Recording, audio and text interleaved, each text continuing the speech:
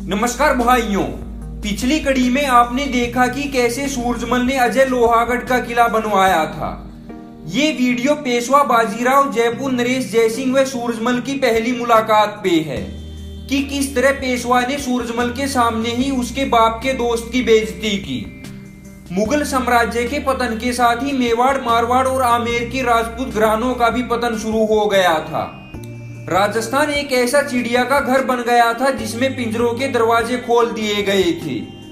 18वीं शताब्दी तक राजपूत एक थकी हारी जाति बन चुके थे। जयपुर और जोधपुर के राजघराने स्वयं को नष्ट कर डालने में एक दूसरे से आगे बढ़ जाना चाहते थे। वहां कोई ऐसा पाप ना था जिसमें वह जमीन के लिए ना कर डाले। बाप बेटे को मार डालता था और बेटा बाप की हत्या कर देता था। जिन वर्षों में राजपूतों का समृद्धि सूर्यास्त हो रहा था, उन्हीं वर्षों में मराठों, जाटों और सिखों का सूर्य उदय होने लगा। 1720 और 1730 से शुरू होने वाले समय में भरतपुर के जाट फूंक फूंक कर कदम रख रहे थे और बदन सिंह एक ऐसा आदमी नहीं था कि नौका को ले जाकर चट्टान से टकरा दे। बदन सिंह हर साल जयपुर जाता, जहां उसकी आवभगत में कोई कमी नहीं छोड़ी जाती थी। जयपुर के जिस उपनगर में बदन सिंह ठहरता था, उसका नाम बदनपुरा रख दिया गया।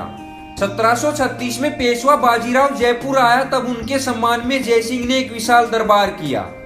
बदन सिंह इस दरबार में नहीं जा सका, तब उसका प्रतिनिधि बनकर सूरजमल गया।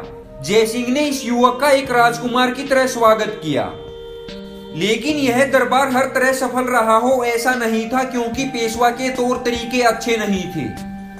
दरबार के इन दिनों में जयसिंह ने पेशवा के रुख को देखकर एक बार बाजीराव से पूछा कि आप मेरे साथ वैसा ही बर्ताव क्यों नहीं करते जैसा कि उदयपुर के राणा से करते हैं।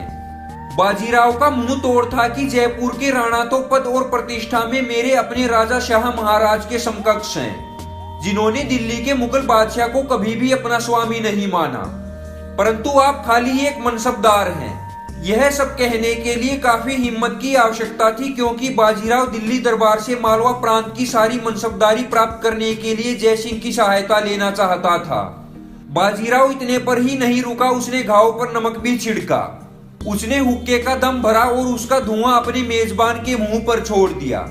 आतिथ्य की मर्यादाओं को ध्यान में रखते हुए जयसिंह ने कुछ बखेड़ा नहीं खड़ा किया, क्योंकि इससे मामला और बिगड़ जाता। जब जयसिंह ने सूरजमल का परिचय मराठा पेशवा बाजीराव से करवाया, तो सूरजमल को भी उलाहना दिया कि रह गया निरा जाट का जाट। एक अन्य राजपूत शार्दुल सिंह को पेशवा द्वारा जाट और राजपूतों को ताना मारना नहीं देखा गया, तो उन्होंने कहा कि शिवाजी तो बिल्कुल ही निम्न कुल के थे। अगली कड़ी में देखिए कैसे सूरजमल के पास देश के बड़े बड़े राजाओं की सहायता के लिए मांग आने लगी। गाइस, यदि आपको ये वीडियो अच्छी लगी हो तो सर छोटू राम के चैनल को सब्सक्राइब कीजिए और बेल आइकन पर क्लिक करें ताकि आपको लेटेस्ट वीडियो की नोटिफिकेशन मिलती रहे।